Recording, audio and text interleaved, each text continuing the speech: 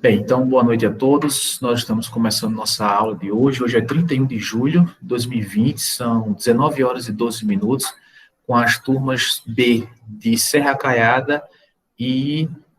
Eita, agora. São Bento. Né? E a nossa disciplina de organização e gestão escolar, tá bom? Os alunos já foram todos... Bom Jesus. Obrigado, Juliana. Perdão. Turmas B de Bom Jesus e Serra Caiada. Desculpa, me falhou agora minha memória. Os alunos foram todos informados que essa aula é gravada para fins acadêmicos, né? E os que não quiserem podem permanecer com a sua câmera desligada e a qualquer momento participar da aula através do áudio, tá bom? Então, assim, gente, falar um pouquinho sobre esse texto que eu escolhi, né, para vocês. Eu fiz essa seleção. Espera aí que o pessoal está chegando aqui.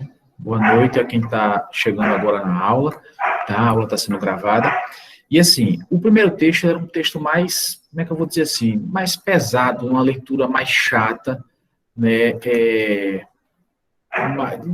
mais teórico, digamos assim, sobre a parte da organização da escola enquanto instituição organizacional. Depois eu coloquei um e-book sobre essa questão mais da gestão. E aí, esse último texto, eu procurei um que, assim, eu procuro sempre pensar no lado do aluno. Então, na medida em que você, amanhã ou depois, por exemplo, tiver na condição de um gestor, né? Eu fui convidado a fazer um trabalho, um apoio enquanto gestor. Então, eu procurei um texto quase como um manual para vocês, né, porque lá nesse texto, e ele é muito próximo da realidade. É um exemplo lá do Maranhão, né, que eu selecionei, e fala muito da realidade do público, de todos os trâmites, tudo que você tem que fazer, tudo que um gestor precisa se preocupar. Então, nesse sentido, procurei um texto que possa ajudar vocês, amanhã ou depois, nessa tarefa árdua de gestão, né? Porque, acreditem, fazer gestão, ser gestão, não é fácil, tá bom?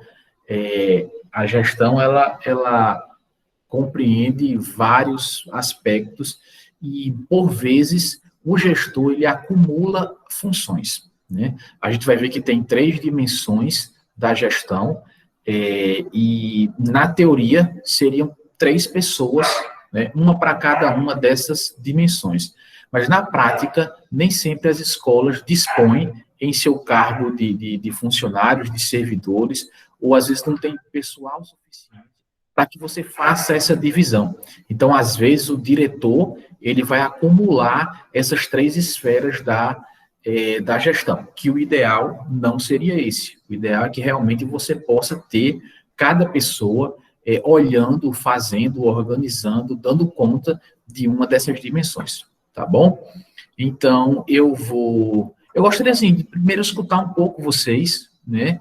Eles leram o texto, gostaram, foi que acharam dessa ideia de um texto mais voltado para a parte prática, como eu disse, né? Ele é bem assim, bem explicativo, bem detalhado, bem sequenciado. E qual foi que chamou mais a atenção de vocês? Eu pedi para vocês lerem um capítulo sobre as dimensões pedagógicas, né? Claro que fica recomendado aí que vocês façam a leitura de todo o texto, é óbvio, mas queria ouvir um pouco de vocês. Então, alguém gostaria de participar, só para dizer o que foi que achou do texto, mais importante, mais interessante? Eu passo a palavra para vocês. Abra o microfone aí, rapidinho. Só falar o nome, por favor, e dizer o que foi que você achou do texto. Leram o texto, né?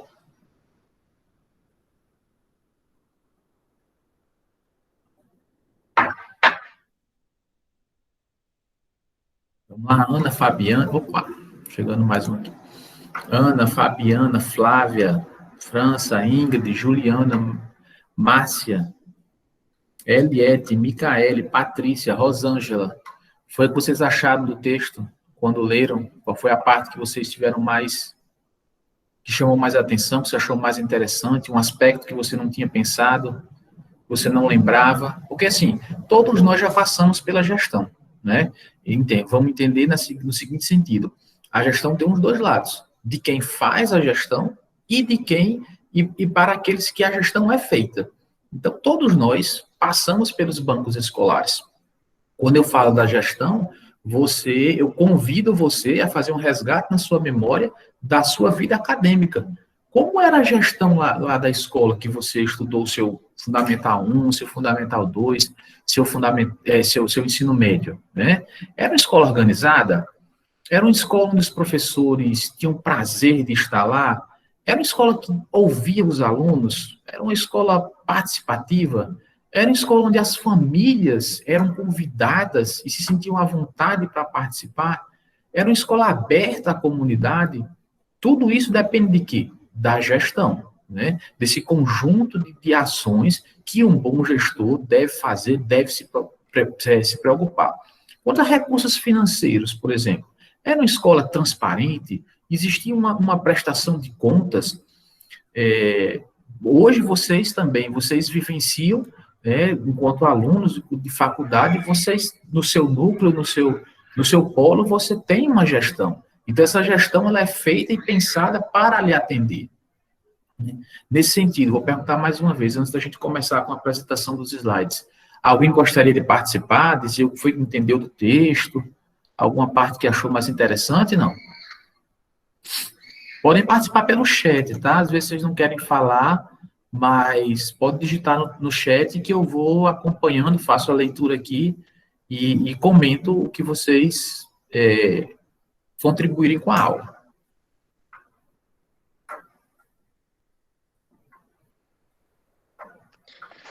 Professor. Oi, Rosângela, boa noite. Boa noite. Eu confesso que eu ainda não li o texto. Certo. Ele todo, né? O capítulo 2 desse último que o senhor disponibilizou. Eu só li os anteriores, das outras 2 aulas. Mas tudo bem, Rosângela, eu lhe agradeço, a sinceridade é sempre importante. Você, como aluna, deve depois, realmente, eu recomendo que faça a leitura, é um texto interessante. Mas você, como aluna, como era a escola que você estudou do seu ensino médio, que está mais fresquinho na nossa memória? Que tipo de gestão você diria que era? Tinha participação dos alunos? Era uma gestão mais autoritária? Tinha as famílias? Como é que você lembra aí da sua escola de ensino médio?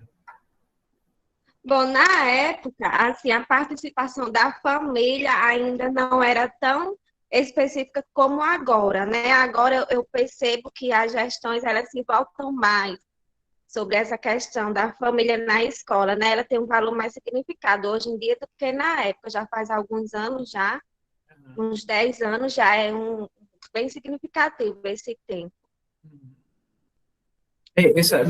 Concordo plenamente com você, né? E eu acho que isso é uma tendência e vem a somar, né? O processo de educação, independente da faixa etária, ele é muito mais propenso ao sucesso quando as famílias estão acompanhando os alunos, né? Quando as famílias dão apoio ao aluno, quando a família dá apoio à escola, a probabilidade de um sucesso educacional é fantástica. E aí, eu não vou dizer com a evolução, eu vou dizer com o amadurecimento da legislação, digamos assim, dos legisladores, né, dessa concepção de educação mais ampla, e não restrita ao professor e ao aluno, essa preocupação em trazer a família para a escola, ela vem realmente aumentando, o que é uma coisa muito positiva. Mas alguém gostaria de comentar como era essa gestão no seu ensino médio, na sua escola? Que visão você tinha, que visão você tem hoje da sua escola? Porque às vezes também é muito comum que quando a gente está no meio, quando a gente está mergulhado, quando a gente está vivenciando, a gente não perceba certas coisas, né? Quando a gente conclui aquele período e a gente se afasta, e você pode olhar aquela situação de uma forma mais distante, aí você consegue entender muitas coisas que quando você estava lá, a gente não percebia, não era capaz de distinguir, né? Tem um ditado que diz o seguinte: se fôssemos peixes, a última coisa que a gente ia perceber que existia era a água. Então, quando a gente está no problema, quando a gente está não necessariamente no problema, mas numa realidade educacional, perceber as características daquela gestão, às vezes não é tão fácil. Mas quando a gente já está afastado e já terminou o ensino médio há alguns anos, quando você olha, eu me lembro do meu ensino médio, e hoje, pela leitura que vocês têm, vocês identificariam mais facilmente.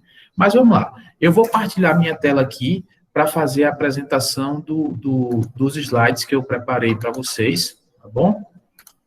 Só um instantinho. Vocês vão começar a ver a minha tela e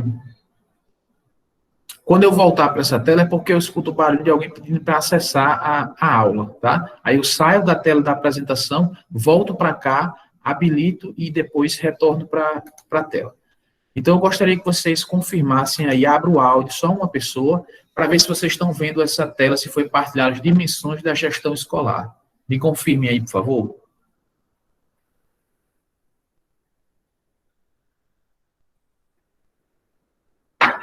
Vocês estão vendo a tela, as dimensões da gestão escolar?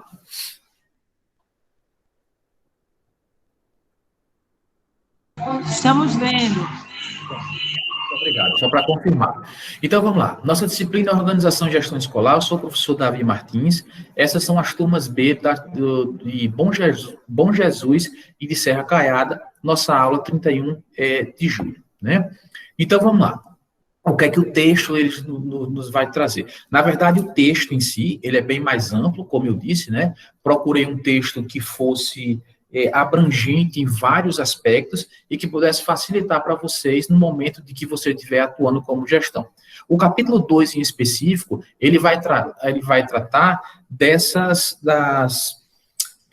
gestão escolar em suas áreas, né? Nas suas dimensões. Então, ele traz a dimensão pedagógica, que é muito mais próxima de nós, pedagogos, a dimensão administrativa e a dimensão institucional e financeira. Por que é que eu digo que a dimensão pedagógica é muito mais próxima de nós? Embora essas outras duas dimensões, a institucional e a administrativa, no final das contas, como eu já disse no começo, às vezes é desempenhada pela mesma pessoa, né? E muitas vezes, quando não pela mesma pessoa, dentro da equipe pedagógica, dentro dos professores, escolhe-se um professor, geralmente por eleição, para ser o diretor pedagógico, ou outro para ser o diretor administrativo, ou alguém de apoio da secretaria para ficar à frente da parte institucional e financeira. Eu digo que se aproxima mais de nós porque o nosso fazer é realmente o ensino-aprendizagem, né? A gente, por exemplo, nosso curso é pedagogia, não é administração.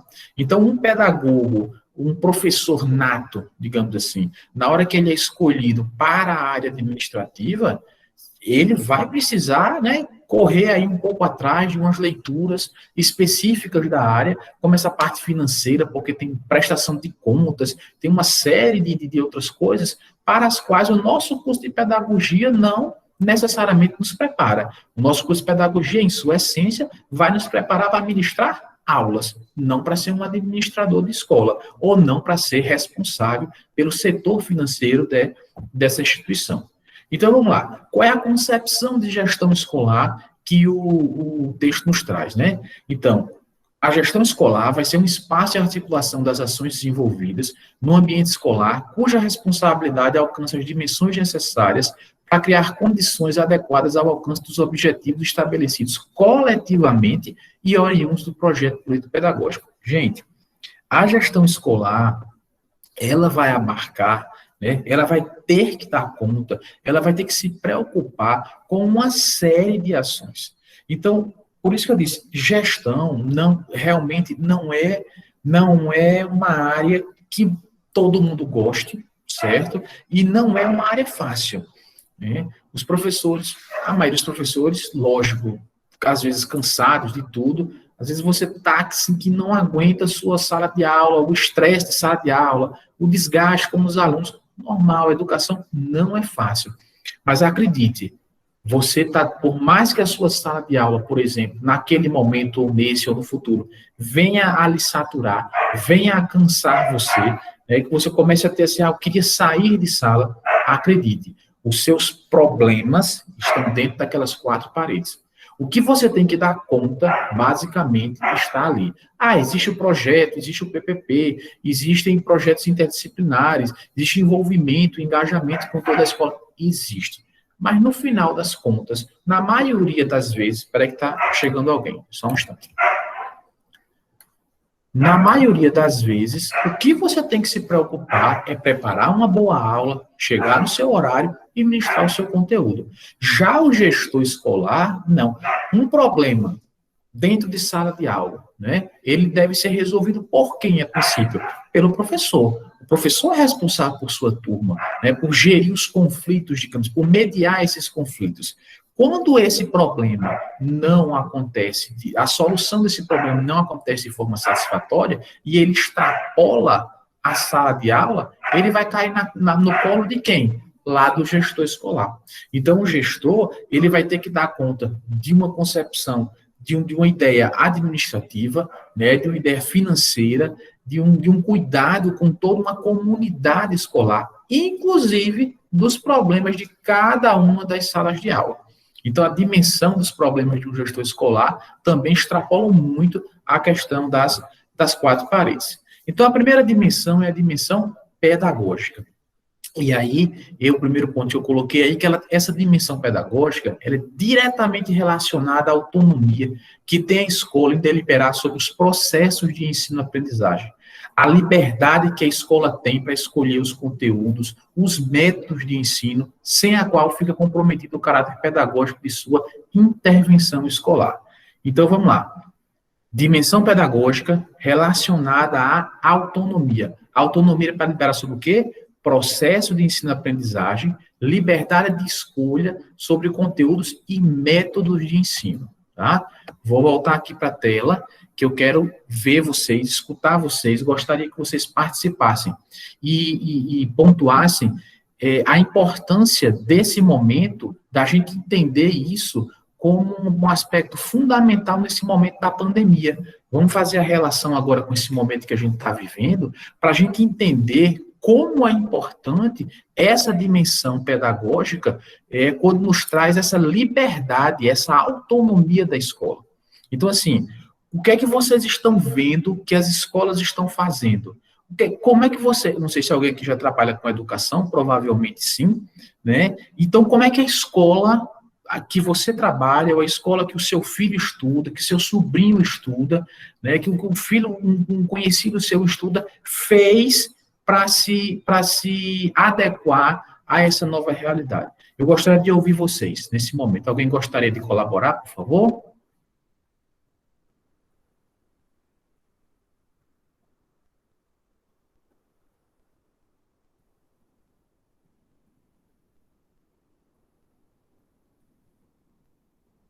Alguém gostaria de participar? Eu gostaria de ouvir vocês um pouquinho, assim, como é que a escola que você trabalha, que algum filho estuda, um sobrinho. Boa noite. Olá, Francisca, boa noite, seja bem-vinda. Tudo bem, professor? Tudo bem. Foi um prazer. Igualmente. Na escola que o meu neto participa, ele, lá tem a higiene, né? Eles usam o álcool, a limpeza em geral. As crianças, quando chegam, eles passam álcool nos sapatos deles. E quando saem, do mesmo jeito. E entrega para as mães. A senhora percebe, por exemplo, a senhora fala qual é o seu município? Bom Jesus, Paulo, Bom Jesus. Bom Jesus, tudo bem. Em Bom Jesus, só tem essa escola ou tem outras? Tem mais de uma escola? Tem outras. Pronto. Mas... Então, assim, esse pacote, com licença, dona Francisca, esse pacote desses cuidados, né, ele está basicamente igual para todo mundo. O sapato, o álcool, às vezes verifica a temperatura, né, o uso da máscara, obrigatório. Mas aí, assim, a senhora percebe, por exemplo, que uma escola teve uma estratégia diferente de outra para dar aula? Uma escola, por exemplo, adotou, as crianças estão assistindo na quadra. Outra escola adotou, por exemplo, que há um revezamento das turmas. Ou as escolas daí estão trabalhando exatamente da mesma forma. A senhora consegue perceber isso ou não? Não está trabalhando da mesma forma. Os professores dão aula, planejam a aula e as mães vêm pegar suas casas. Entendi. As atividades, não é isso? É. Tá. Muito bem.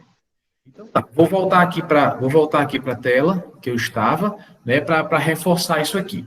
Então, essa dimensão pedagógica está diretamente relacionada à autonomia, né? Então, assim, vou dizer de novo, e eu gosto sempre de fazer o link, o paralelo da disciplina, seja ela qual for, com a nossa prática, com a nossa vida, porque assim a gente entende melhor, faz uma relação melhor desse assunto, né? Contextualiza esse assunto.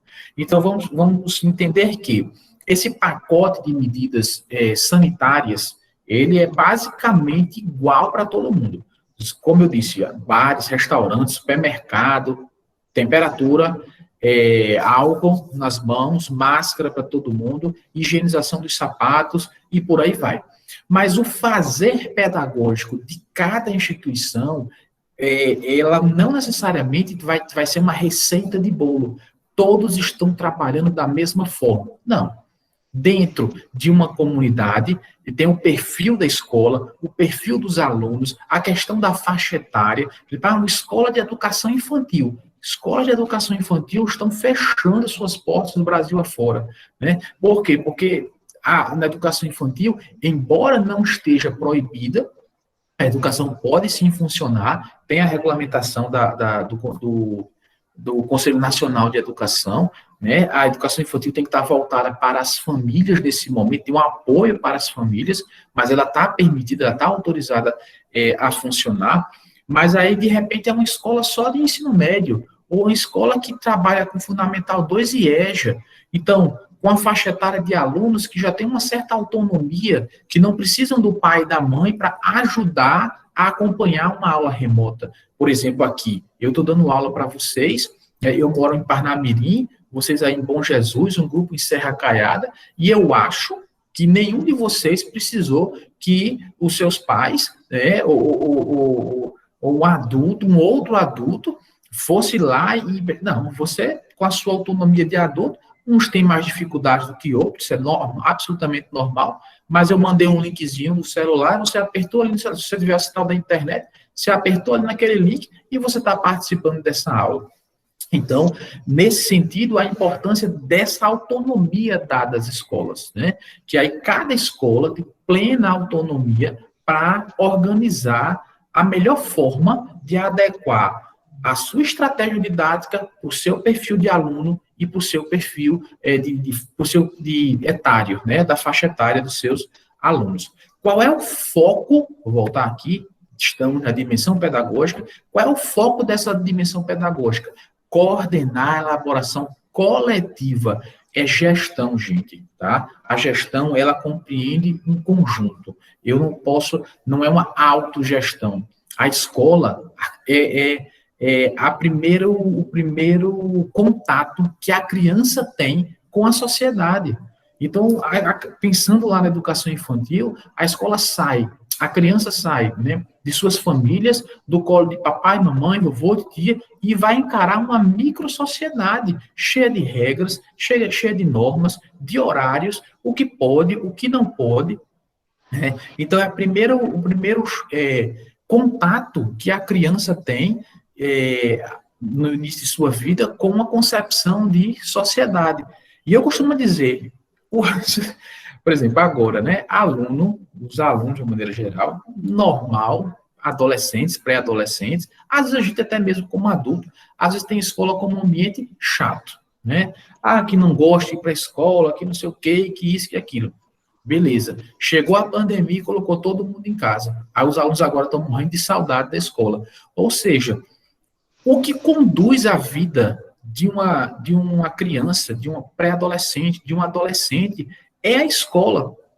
A escola não temos empregos, graças a Deus, né? Trabalho infantil é uma coisa que a gente tem que combater sempre, mas o que vai permear pela vida dessa criança, desse pré-adolescente, desse adolescente, é a escola. Você tira a escola, você tira o presencial da escola, a vida do aluno fica completamente desorganizada. Então, o foco dessa gestão pedagógica é justamente nessa elaboração coletiva dessa ação educacional e pedagógica da escola, propiciando uma gestão participativa e democrática.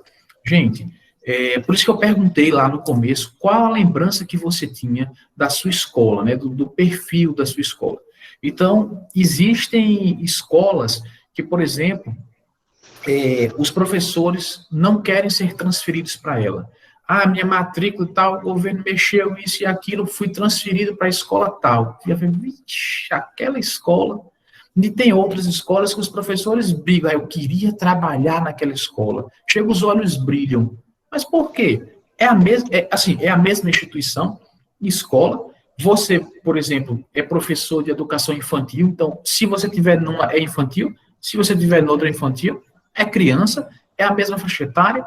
Mas por que a gente, às vezes, quer uma e a gente, às vezes, não quer a outra? Por conta da gestão. Porque a gestão é que vai organizar essa coletividade, né? E nem sempre a gestão prima por uma participação. Gente, gestão participativa dá trabalho. Escutar as pessoas dá trabalho. É muito mais fácil você decidir sozinho. Mas é a melhor forma de você gerir? De jeito nenhum. Tá? Quanto mais, eu acho que se eu pudesse dizer assim, conselho não, né, professor? Não está aqui, não estou aqui para dar conselho, mas uma orientação é a seguinte: quanto mais você, na condição de gestor, delega poder, mais você tem poder, certo? Por quê? Porque quando você é aquele gestor não democrático, aquele gestor não participativo, a diferença de líder e de chefe, tá? Para a gente fazer para vocês entenderem o que eu estou dizendo. Né? O chefe é aquele cara abusado, autoritário, arrogante e tal, e que manda, só sabe mandar. Ele até manda, você não tem um respeito da equipe. Enquanto que, de repente, o líder não. Ele conhece as pessoas, ele valoriza, ele escuta, ele está junto. Ele não diz assim, vá, ele diz, vamos. Né? E aí, quando ele conquista essa liderança, então as pessoas, quando o cara faz isso para mim, te dou autonomia, vai fazendo, as pessoas têm um respeito e procuram fazer de forma muito, muito melhor. Então, aqui no texto, né, nos traz as temáticas indispensáveis para a agenda de uma reunião de equipe gestora de equipe. Como eu disse a vocês, procurei um texto que ele fosse bem detalhado, fosse quase um roteiro para você se organizar no momento de gestão. Então, alguns deles, né, a primeira deles é decisão sobre calendário escolar. Olha só. Calendário escolar é uma coisa de muita responsabilidade. E o gestor é o grande responsável por esse calendário. A LDB nos obriga a ministrar 200 dias letivos. Eu me lembro quando eu fazia meu curso de pedagogia, que eu disse assim para a professora, ela me explicando que reunião pedagógica poderia ser contado como dia letivo. E eu disse, com todo respeito a ela, professora, só se sua LDB for diferente da minha. Porque na LDB tem dizendo lá que dia letivo é dia com a presença dos alunos, né? Com a participação dos alunos. E eu me lembro demais, isso ficou muito emblemático para mim, porque a gente leu a LDB, ela projetou lá na parede a LDB, a gente foi lendo artigo por artigo, até que chegou no artigo que falava sobre dia letivo. E aí estava lá, dia letivo é dia com a participação e controle de frequência dos alunos. E aí eu olhei para ela e falei, e aí, professora, como é que a gente fica agora? Ela falou com cara de tacho. Não, mas isso já pode ser considerado, porque muita gente trabalha assim. Eu não quero saber que muita gente trabalha, não, professora. Quero saber que dia letivo. É por isso que, por exemplo, deixa eu ver se está chegando mais alguém aqui. Não.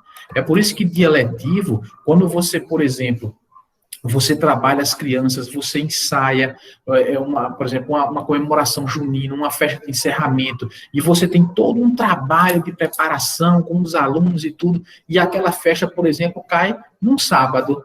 É dia letivo. Tem aluno? Tem. Tem atividades educacionais ali que foram orientadas, que foram organizadas? Tem. Não tem aquela quantidade, alunos participando ali com ação intencional, que a educação ela é intencional? Tem. É dia letivo. Tá? Quando você pega, por exemplo, e se organiza para você trabalhar, para você participar de um desfile cívico de 7 de setembro, e aí você vai, e você ensaia, e vai os símbolos da pátria, faz todo um trabalho paralelo em sala de aula, né?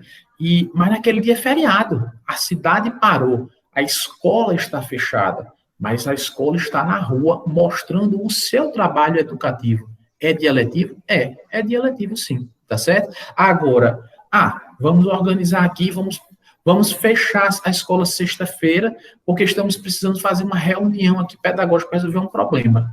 Aí suspende a aula na sexta-feira, só com professores, é dia letivo? Não, não é dia letivo. Tem aluno? Não tem. Tem controle de frequência? Não tem. Então, assim, essa autonomia, né, e aí é super importante uma boa gestão, a gente procurar fazer uma gestão mais correta possível. Não é uma questão de você querer ser o certinho, não. É você procurar fazer o que é correto. Os nossos alunos dependem das nossas ações. Então, decisões sobre calendário escolar, quando começar, quando terminar. Eu sei que em muitos municípios do Brasil, não é do Rio Grande do Norte, não. Infelizmente, os calendários escolares dependem, às vezes, muito mais. Deixa eu ver, está chegando alguém aqui. Os calendários escolares, eles vão depender, por exemplo, sobre quando começa o transporte escolar, porque tem um pessoal da área rural. Então, para eles virem para as escolas, só podem vir a partir do momento que começar o transporte escolar.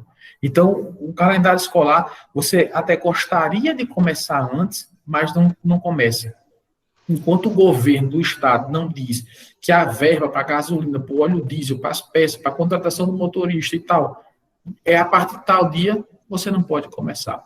Mas se essa situação não existisse, se a escola, por exemplo, fosse apenas na área urbana da cidade, a sua clientela fosse só dali, a decisão sobre calendário escolar é de autonomia da escola. Então, a escola, ela tem, se ela cumprir os 200 dias letivos, ela pode fazer o seu calendário começando um pouco mais cedo, por exemplo, final de janeiro, já com alunos, e acabar sua recuperação no comecinho de dezembro, finalzinho de novembro. Conta lá. Dá 200 dias letivos, deu, acabou-se. Está devendo dia letivo para ninguém. Do mesmo jeito. Então, não sei o quê, então vou começar só depois do carnaval. Não interessa, começa quando você quiser. O importante é que, na ponta do lápis, dê 200 dias letivos. A recuperação, o tipo de recuperação é 30 de dezembro. Problema nenhum. Feriado não é 30 de dezembro. Então, período, por exemplo, de recuperação não pode contar como dia letivo. Por quê? Porque o calendário ele tem que ser pensado para o aluno que passa por média. Porque, não, dá 200 dias letivos porque tem 10 dias aqui, 2 semanas, né, 10 dias úteis de recuperação. Tá, então quer dizer que o aluno que se esforça e passa por média, ele tem como prêmio um calendário reduzido. Ele estudou, então, assim, ele não tem direito a 200 dias letivos. Então, os 200 dias letivos e essa decisão sobre o calendário escolar é importantíssimo, e a gestão tem que olhar para isso, ela tem que contemplar os 200 dias letivos dentro do ano letivo, sem contar com esse período de recuperação. Né? Uma temática também importantíssima é o PPP. Gente, em educação, toda escola, a falar de PPP é bem complicado. A maioria dos PPPs estão engavetados ou esperando a autorização da Secretaria Municipal de Educação ou do Estado, ou muitas vezes já foram autorizados, é um modelo que vem pronto. Eu confesso, dá muito trabalho fazer PPP, né? Porque um PPP correto seria feito com a participação de todos. Aí cadê o tempo para você parar, respeitando o dia letivo e fazer as reuniões, escutando do SG, do porteiro, da merendeira, do professor? É complicado, mas necessário. né? Análise de desempenho dos estudantes. Isso é uma coisa que você, enquanto gestor, né, criando uma agenda para a sua escola, para a escola que você vai trabalhar como gestor, é importantíssimo.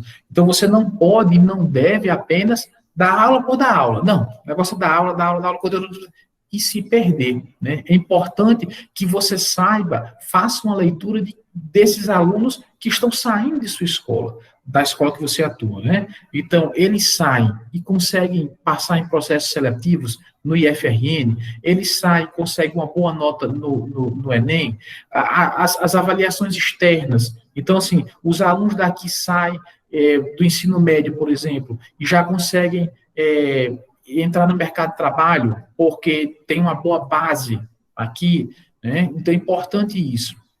Pensar na formação dos profissionais em serviço é outro aspecto que, enquanto gestão, a gente tem que pensar. Como colaborar para essa formação continuada? Às vezes eu fico super triste quando, por exemplo, o diretor, o gestor, né, ele sabe que, por exemplo, na equipe dele, você tem 2 ou 3 funcionários, só exemplificando, que tem psicopedagogia, né, que fizeram especialização em psicopedagogia, ralaram lá e tal, pagaram, fizeram, são especialistas, e de repente, no momento de reunião, de formação, vai e convida um psicopedagogo que ninguém nunca viu, só porque é de fora, e não valoriza as pessoas, não valoriza a sua própria equipe, né? Então, esse olhar da gestão, ele deve ser feito, na medida do possível, valorizando, sempre que possível, a sua equipe. Faz parte um diálogo constante com a Secretaria de Educação, né? Por exemplo, essa autonomia que a gente tem, que eu já destaquei aqui, é uma autonomia relativa. Por quê? Porque a escola, e eu vou falar isso em outro slide, mais à frente, ela tem uma série de regras para obedecer. Você não pode chegar na garagem de casa, botar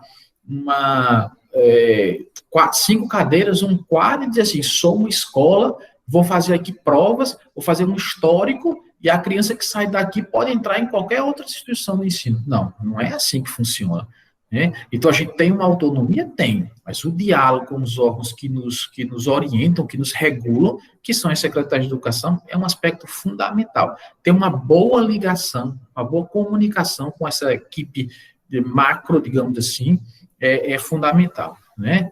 Então, o gestor tem que trabalhar também nessa atuação dos órgãos colegiados, na aquisição, uso e conservação dos materiais, né? Articulação com as famílias, que eu perguntei lá no começo, né? E uma colega de vocês aí falou sobre isso, que hoje a gente já vê isso com mais importância. Então, tudo vai depender do gestor.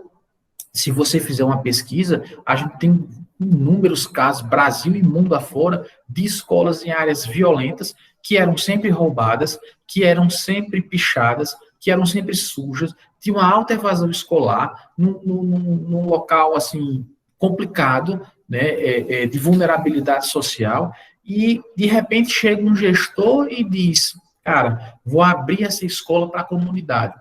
Então, quando ele abre as portas para a comunidade, quando ele faz a articulação com as famílias e, por exemplo, permite que a escola seja utilizada para a realização de oficinas para as famílias, uma colônia de férias, por exemplo, ou nos sábados, que a comunidade use para fazer campeonato de futebol, usa quadro, tudo, de repente, a comunidade como um todo começa a cuidar daquela escola. E aí você reverte, você muda essa realidade da escola, né? Além de, fundamental, a mobilização dos segmentos. Segmentos é o quê? Das suas equipes, né? Você gestor, se articular bem com o pessoal, com a equipe de limpeza, com o pessoal da merenda. Então, assim, é uma engrenagem. E você, gestor, é o cara que vai pegar um azeitezinho, um óleozinho, e fazer essa engrenagem funcionar perfeitamente, tá? Não dá para uma das engrenagens funcionar perfeitamente, porque são os meus amigos, porque é o pessoal que eu gosto, então nada falta para aquele setor, e de repente o pessoal ali que eu não gosto, fica ali. Não dá. A escola é esse conjunto, né, de ações, de engrenagens que precisam estar funcionando e se articulando umas com as outras. Papel fundamental de apoio à gestão é a coordenação pedagógica. E aí lá no texto, né, que vocês, quem não leu, por favor, depois faça leitura, é um texto bem interessante. Ele vai elencar lá as funções, as atribuições do pedagogo, e aí vai descrever também a questão do papel do professor. Então, assim, essas instâncias, como eu já disse, você, gestor, precisa de um apoio. Você, sozinho, ninguém faz nada. Então, uma peça-chave de uma boa gestão, né, você enquanto na direção de uma escola, é você ter uma coordenação pedagógica que seja articulada com você, que compartilhe das suas mesmas, não é da mesma ideia, a questão não é pensar do mesmo jeito, mas que concorde com a sua visão de gestão. Não adianta, por exemplo, você ter uma gestão, uma visão de gestor democrático participativo, onde você, ótimas ideias, vou sair para uma reunião agora, com a Secretaria de Educação e bota uma missão na mão do teu coordenador, diz, articula aí. Agora, tá, beleza, pode... E depois ele vira a cara para todo mundo, volta para suas aulas, suas salas aí, vão dar suas aulas, depois a gente vê isso. Então, assim, se não tiver uma boa atuação, um bom entendimento, uma boa colaboração dessa coordenação pedagógica, o projeto não anda, tá bom? Papel fundamental também, eu já disse a questão do projeto político-pedagógico. E aí, de novo, né, por que eu escolhi esse texto? Porque lá tem todas as dimensões, o que você deve fazer para atualizar esse projeto, os itens de um projeto político-pedagógico, como você atualizar. Então, está tudo bem mastigadinho lá para vocês. Como eu já comentei aqui, né, o texto nos destaca a importância da gestão de resultados. Então, gente, não dá para você ficar como um gestor, como numa ostra, onde só importa o seu mundinho. Não. Se os resultados forem bons ou ruins, não importa. Você tem que divulgar e correr atrás de como melhorá-los, tá bom? Então, a preocupação em informar a comunidade escolar sobre os indicadores de rendimento de sua escola produzidos por avaliadores externos, como SAEB, Prova Brasil, Provinha e DEB-ENEM, é fundamental. Você tem que ter essa preocupação. Né? Você tem que fazer um resgate, por exemplo. Não tem, passou fulano, passou Beltrano, o nosso índice é esse. Tem que acompanhar, certo?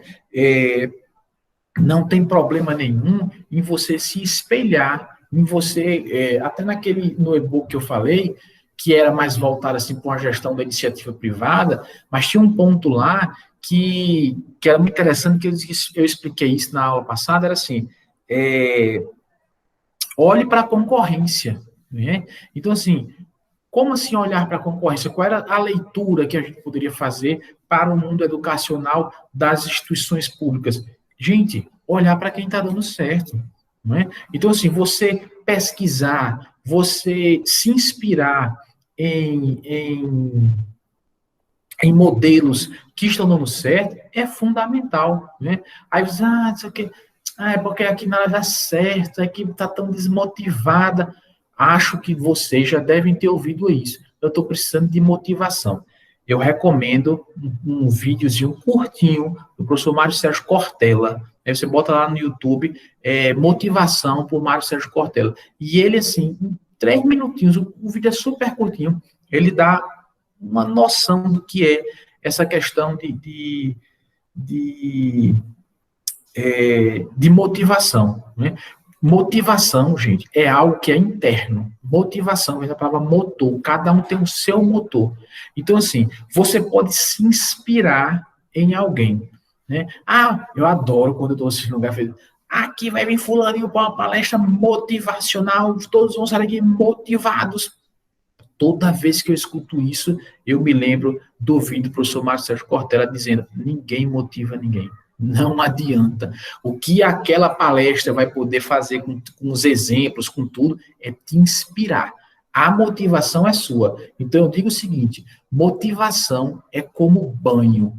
Todo dia você tem que tomar banho. Todo dia você tem que procurar o que te motiva, certo? Então, assim, na hora que você vai procurar esses resultados, na hora que você vai fazer isso aí enquanto gestor, você tem que encontrar nisso os elementos que vão te motivar para você melhorar os seus rendimentos, os seus resultados, certo? E aí o ponto 2, a importância de você divulgar para a comunidade escolar esses resultados, né, e planejar com sua equipe ações de intervenção. Então, assim, não, nosso índice, sei lá, na provinha Brasil, nosso índice do IDEB já está melhor, a gente já bateu a meta, show, vamos relaxar? Não. Mas ou outro passo, é muito complicado.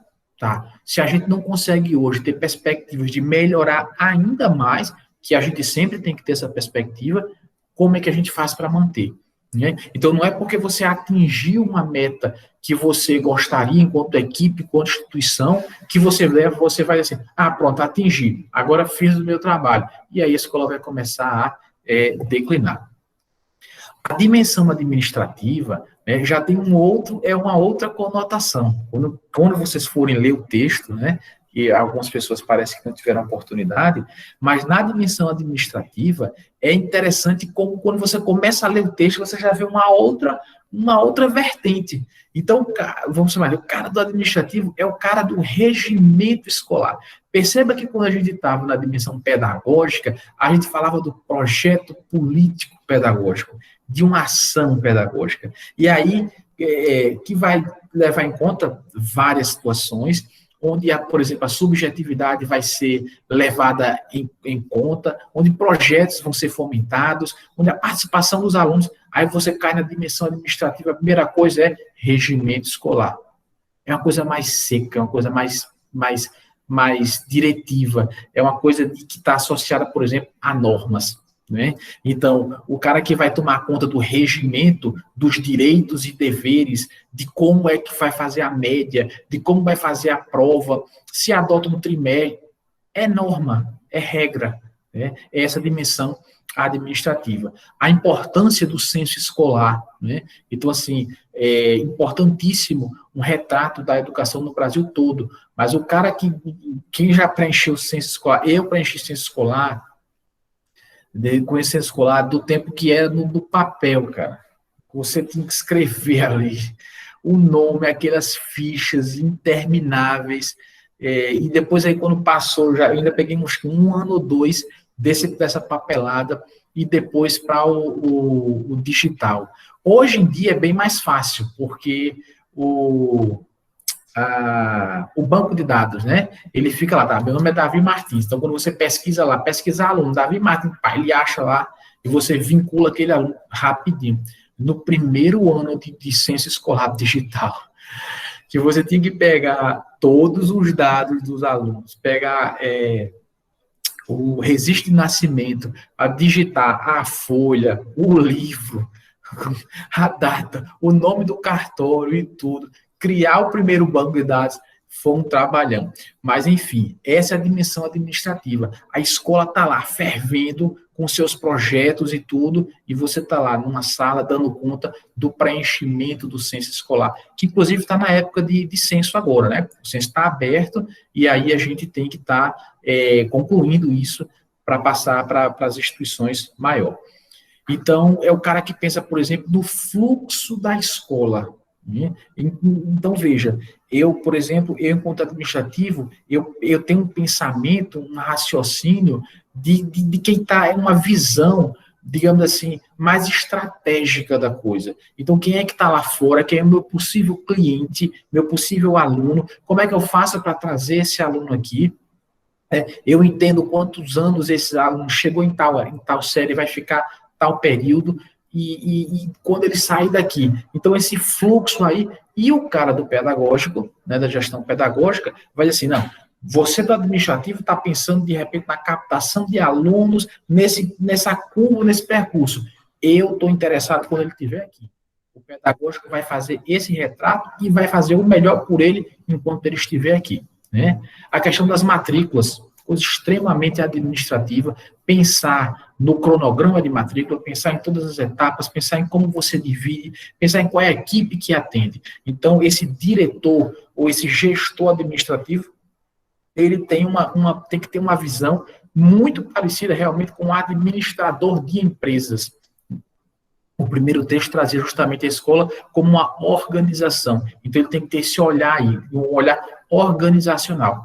Repito, já disse no começo da aula, em muitas escolas, essa pessoa que deveriam ser duas, é um cara só. Um cara só é o responsável pelo pedagógico e também pela essa dimensão administrativa. O ideal seria ter um diretor pedagógico e um diretor administrativo. Tá? Então, esse cara do administrativo aqui, né, por exemplo, ele lida com toda essa questão de documentação escolar e arquivamento, né, organização de arquivo, livro de registro, visita, arquivamento diário, ficha de matrícula, boletim, certificado, ata de resultado final, que tem um prazo para mandar para a Secretaria de Educação, os históricos, a comunicação de gestão de pessoas, controle de férias, de licença, frequência de funcionário. Perceba que você, enquanto professor, né, que está mergulhado numa dimensão muito mais pedagógica, isso aí tudo para você, cara, assim, diário de classe, lógico, faz parte do seu dia a dia, mas grande parte disso aí é uma preocupação que você, professor, que está mergulhado no pedagógico, não tem. Então, aí você percebe claramente essa divisão dessa esfera pedagógica, dessa esfera do administrativo. Né? E tem a última, a terceira dimensão, que é a institucional e financeira, que vai lidar com a questão dos recursos. Né? Há uns anos atrás, há muitos anos, a educação lutou muito por essa questão do dinheiro vir diretamente para a escola, porque o governo, né, fazia uma licitação gigantesca para comprar papel ofício. Aí, para fazer uma compra para as escolas do Rio Grande do Norte toda. Aí, nessa licitação, tinha uma vírgula errada na folha 4 do processo tal. Aí chegava, de repente, lá num determinado setor, ou um dos participantes da concorrência não gostou porque perdeu, entra com recurso, trava todo o processo de aquisição. Aí o ano letivo começa e você não tem papel na escola. Por quê? Porque as compras são feitas de forma macro. E aí, com muito estudo, com muita luta, as escolas começaram a receber a questão financeira, né? E aí você tem toda uma preocupação, não sei se alguém aqui já participou, da questão do caixa escolar, né? Então, dentro dessa dimensão institucional e financeira, essa parte financeira que vai ser, acho que o último slide, é que a gente vai falar um pouquinho mais sobre isso. Aqui, voltando da questão da institucional, aí você tem os conselhos municipais de educação se articulando com essa dimensão da instituição. E aí ele vai falar no texto das funções dos conselhos municipais. Então, primeiro, tem uma função normativa. Vamos lá. Vamos pensar no MEC, vamos pensar na LDB, vamos pensar nos parâmetros curriculares nacionais, vamos pensar nos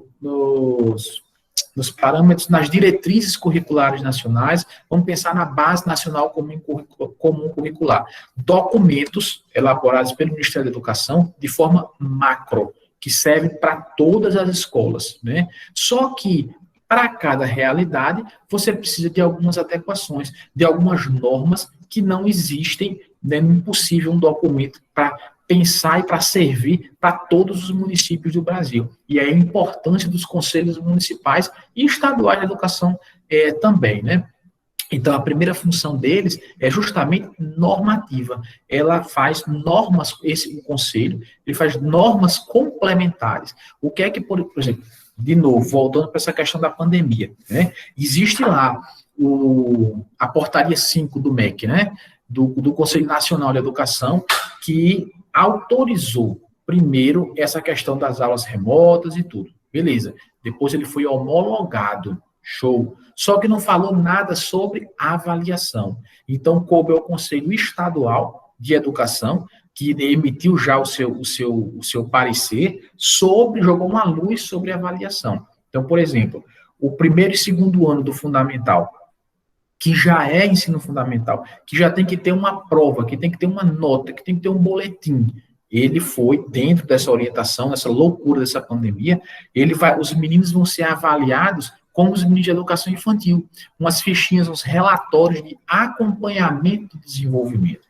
Então, dentro dessa nova conjuntura, essa loucura da pandemia, vem o Conselho Estadual de Educação e diz, vamos facilitar aqui os anos iniciais do Fundamental 1, tá certo? Primeiro e segundo ano, avalia dentro de um contexto ainda de relatórios, não ter prova para essas crianças, porque vai ficar muito complicado. Então, essa é a função dos conselhos municipais e estaduais, estabelecer normas, né, para situações novas ou para situações que essas leis maiores, como a LDB, como as diretrizes, como os parâmetros, como a base nacional, não contemplam a realidade do município. Ele é consultivo, né, porque qualquer dúvida é para lá que a escola deve se dirigir, ele delibera sobre, né, porque na deliberação das reuniões, não há dúvida, por exemplo, a escola consultou, tá com uma dúvida, beleza. Aí você tem a reunião dos conselheiros que vão votar pela melhor resposta. Então, eles deliberam essa melhor resposta. E fiscalizam, né? Porque onde tem dinheiro público, onde tem essa questão, tem que ter também a participação dos órgãos de fiscalização. Eu destaquei isso aqui, tá? É importante a gente lembrar que a legalização das instituições públicas municipais de ensino e das particulares também, tá? Dá-se com credenciamento realizado pelo poder de criação do Poder Executivo, autorização, né, e reconhecimento. São etapas. Então, o credenciamento de uma escola, se não me engano, são 10 anos, certo? A autorização, ela vale por 5. Então, no período do credenciamento, credenciou e autorizou junto, e o credenciamento vale por 10, tá? A autorização, na metade, o pessoal da inspeção escolar tem que ir lá, tem que olhar, tem que fiscalizar, tem que orientar para dar uma outra autorização por mais de 10 anos. E apenas com o credenciamento e a autorização é que você dá entrada no processo de reconhecimento. Então, são etapas que nós, gestores, temos que saber, temos que procurar nos informar e temos que manter o cuidado para que a escola não perca, não tenha sua autorização, por exemplo, renovada por um problema que poderia ter sido evitado. E aqui, né, eu complemento aquela parte do financeiro, que são as unidades executoras, que é a questão do conselho escolar, que é um órgão constituído e representado por diversos segmentos da comunidade escolar, pais, estudantes, professores e demais servidores. Essa unidade executora, gente, é que vai permitir a questão da existência do que a gente chama de caixa escolar. Então, dentro de cada escola pública do Brasil, existe um CNPJ privado, onde o dinheiro vem e você pode fazer compra. Aquela escola tem autorização legal, seguindo uma série de regras, né, para fazer compra de material que ela precise. Claro que o dinheiro público, ele vem, a gente tem que lembrar, ele vem com o que a gente chama de rubrica, se eu não me engano. Acho que esse é o termo. Porque é uma verba, por exemplo, que vem, vamos supor, a escola recebeu 30 mil, 10 mil para merenda, 10 mil manutenção, 10 mil material pedagógico, por exemplo. Então, você não pode pegar a verba de merenda, por exemplo, e em vez de gastar 10, você gastar 20 mil com merenda.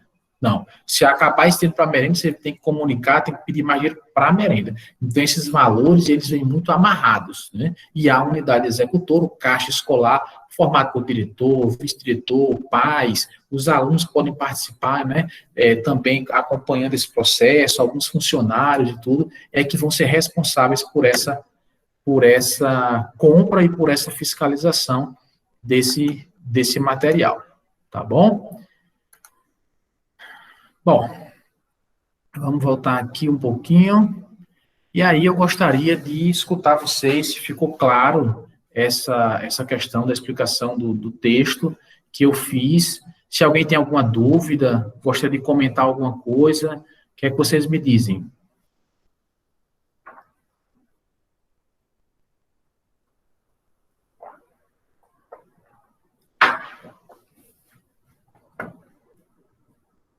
Não, ninguém diz nada. Professor, eu tenho uma dúvida. Oi, Rosângela, pois não. Com relação a esse dinheiro, dessa verba que vem para as escolas, o valor é diferente para cada escola do município ou é um valor fixo? Muda de acordo com a quantidade de alunos, é isso? Isso, exatamente. A base é quantidade de alunos. Por isso que manter a quantidade de alunos ou ter um bom número de matrícula é tão importante para as escolas, tá certo? Até, assim, uma questão de justiça, né? Vamos lá. Para que eu, governo federal ou estadual, ou o próprio prefeito, vai destinar dinheiro para você comprar merenda para 200 alunos se você só tem 10? É literalmente um desperdício de dinheiro público. Claro que a nível de infraestrutura, às vezes a escola foi construída de forma muito grande e precisa de um recurso para pintura, para ajeitar porta, janela, mas, por exemplo, tem uma capacidade para 250 alunos, mas naquele ano só tem 50. Então, ela até recebe um aporte financeiro para poder cuidar da manutenção, mas outros, como eu disse, né, que o dinheiro ele vem muito dividido, vem muito certinho. Então, assim, para a merenda escolar em si, por exemplo, não viria a mesma coisa para 250 alunos, tá certo? As escolas recebem de forma diferente. E o importante nisso, Rosângela, e os demais alunos, né, é que tem hoje em dia a questão dos portais da transparência. Então, nunca tive curiosidade, professor, de ver. Pode pesquisar no Google rapidinho, portal da transparência, Rio Grande do Norte, alguma coisa assim do seu município. De repente você consegue o acesso a quanto dinheiro está chegando. Se eu não me engano, o portal da transparência, ele chega até mesmo, por exemplo, a dizer o valor de salários dos funcionários e tudo. Então, uma coisa que veio para tentar jogar uma luz e o próprio nome, né? Uma transparência quanto àquela questão da utilização do recurso público, porque às vezes, assim, era muito cômodo, há muitos anos atrás, a escola acabada, a escola para não sei o que, feia, não sei o que, aí os gestores chegaram assim, é porque não vem verba, é porque não vem verba. Sim, mas ninguém sabia quanto vinha, né? E às vezes vinha muito. E aí, historicamente, a gente sabe que, infelizmente, no nosso país, não só em escolas, pelo amor de Deus, não estou dizendo nem generalizando de jeito nenhum, mas até agora mesmo, na pandemia, né? A Polícia Federal continua aí agindo porque governador comprou respirador, superfaturado, remédio, não sei o quê. Então, assim, a gente sabe que, infelizmente, nesse país existe uma cultura muito grande de desvio de dinheiro público. A verdade é essa. Né? Então, os portais da transparência vêm para ajudar a jogar uma luz e dar a possibilidade de órgãos de controle, né, poder fazer a investigação, ou controle, a palavra é essa mesmo, tá certo? Mas alguém gostaria de fazer algum comentário sobre a aula, tirar alguma dúvida?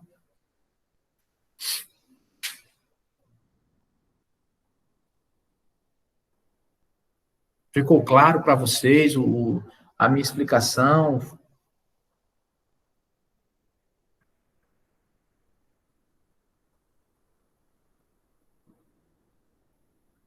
Bom, então é isso. O texto foi trabalhado, tá bom? Eu vou encerrar a aula agora, são 8h15. Ainda hoje disponibilizo no grupo os slides que eu utilizei hoje, tá certo?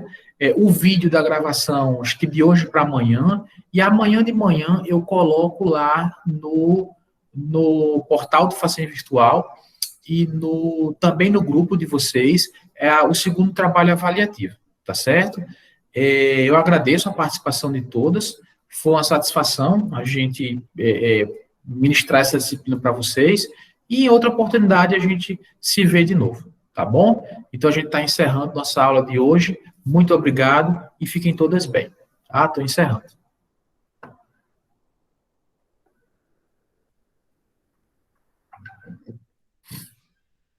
Boa noite, Daiane, Juliana, Micaele, ok? Vou encerrar agora, certo? Grande abraço a todos.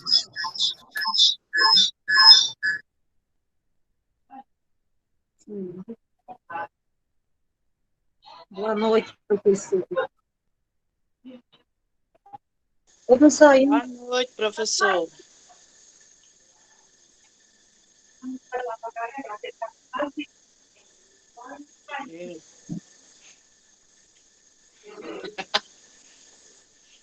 Sai.